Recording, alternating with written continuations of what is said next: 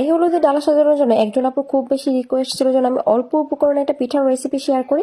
এই পিঠাটা মাত্র 2টা উপকরণে তৈরি করে নিতে পারবেন, এতটাই সহজ। আপনারা যদি একবার শিখে নেন তাহলে আমার কাছে মনে হয় যে আপনারা এই পিঠাটা বারবার বানাবেন। আর এই পিঠাটা দেখবেন হলুদের ডালায় কিন্তু খুব বেশি ফুটে উঠবে। যাই হোক, রেসিপিটা আমি শুরু করে দিব। রেসিপিটা খুবই সহজ, 2টা উপকরণে তৈরি করে নিতে পারবেন। এর জন্য প্রথমে এখানে আমি 1.5 কাপ পরিমাণ পানি নিয়েছি, সাথে লবণ দিয়ে দিয়েছি পরিমাণ মতো। যখন পানিটা ফুটে উঠবে তখন এখানে 1.5 কাপ পরিমাণ চালের গুঁড়া দিয়ে দিব। আর এটা কিন্তু বাজারে শুকনো চালের গুঁড়া কেনার, যেটা কিনতে পাওয়া যায় আর কি।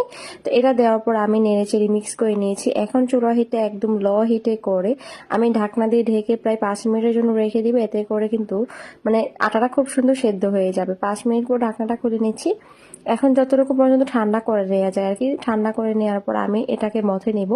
একদমই ঠান্ডা করে নেওয়া যাবে না, হালকা যখন ঠান্ডা হয়ে যায় তখন মথে নিতে হবে। এতে করে কিন্তু এই ডোটা খুব বেশি স্মুথ হবে। আর একটা জিনিস সবসময় খেয়াল করবেন, যখন আপনি যেই পরিমাণ আটা দেবেন সেই পরিমাণ পানি দেওয়ারই চেষ্টা করবেন। এতে করে কিন্তু ডোটা অনেক বেশি ভালো হয়। আর এটাই কিন্তু মানে চালের গুঁড়ো আটার রেশিও এক কথায়। এখন আমি ছোট একটা ডো করে নিয়েছি আর কি। এখান থেকে একটা রুটি বানিয়ে নিব। রুটিটা কিন্তু যখন আমরা যেরকম রেগুলার রুটি বানাই না, ঠিক সেরকমই হবে। একদমই পাতলা না, আবার একদমই মোটাও না, মানে নর্মালি যেরকম রুটি বানায় আর কি, ঠিক সেরকমই। আমি দেখিয়ে দিব কিরকম হবে। রুটিটা আমি বেলে নিয়েছি।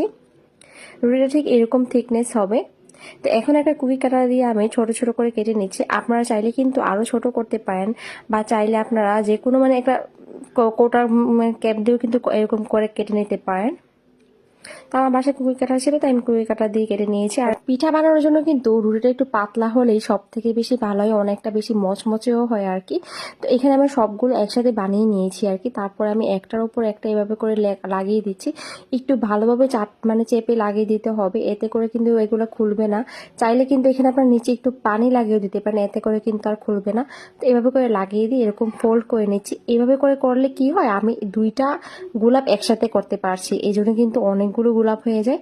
তো আমি এভাবে করেই সবগুলো গোলাপ বানিয়েছিলাম আর কি। এতে করে দেখা যায় একসাথে অনেকগুলো গোলাপ তৈরি হয়ে যায়। তো গোলাপগুলো দেখে কতটা সুন্দর লাগছে না। নিচের দিকটা কিন্তু আমি একটু চেপে চেপে লাগিয়ে দিচ্ছি।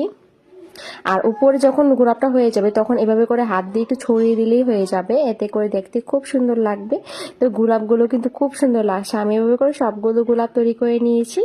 তো এখন এর জন্য আমি শিরা তৈরি করে নেবো, মানে গুড়ের শিরা তৈরি করবো। এর জন্য চাইলে চিনির শিরাও করতে পারেন। এখানে প্রায় 1 কাপের মতো আমি গুড় নিয়েছি, তার সাথে 1 কাপ পরিমাণ পানি নিয়েছি।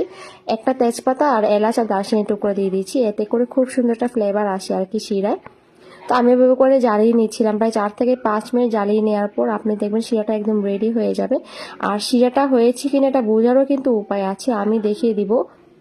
যখন শিরাটা তৈরি হয়ে যাবে তখন দেখবেন এভাবে একটু হাত দিয়ে চেপে চেপে টান দিবেন। একটু একটা যখন হয় না, সেই সময় বুঝতে হবে শিরাটা এখন একদমই রেডি। এটা একটা সাইডে রেখে দিয়েছি। এখন পিঠাগুলো ভাজার সময়, পিঠাগুলো ভাজার জন্য এখানে পরিমাণ মতো তেল নিয়ে নিয়েছি।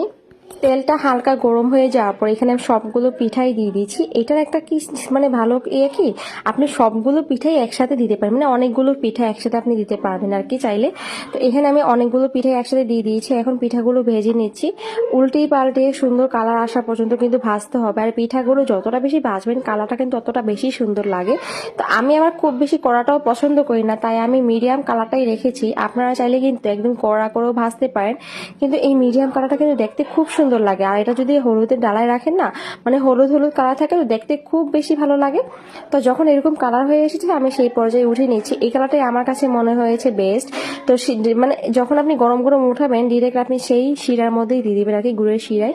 তারপর এইভাবে করে 2 মিনিট এভাবে নেড়ে চেড়ে শুধু উঠিয়ে নেবেন। তো যাই হোক, যে আপু আমাকে রিকোয়েস্ট করেছেন, আশা করি আপনার এই রেসিপিটা অনেক বেশি পছন্দ হবে। যদি ভালো লেগে থাকে কিন্তু অবশ্যই আমাকে কমেন্টে জানাবেন। আর আমাকে মেসেজ দিতেও ভুলবেন না কেমন হয়েছে আজকের রেসিপিটা। তানজিরাস কুকিং স্টোরিজ মানেই কিন্তু সহজ সহজ রেসিপি। আশা করছি আমার রেসিপিটা ভালো লাগবে। আজকের মতো বিদায় নিচ্ছি, দেখা হবে নতুন কোনো রেসিপিতে। আল্লাহ হাফিজ।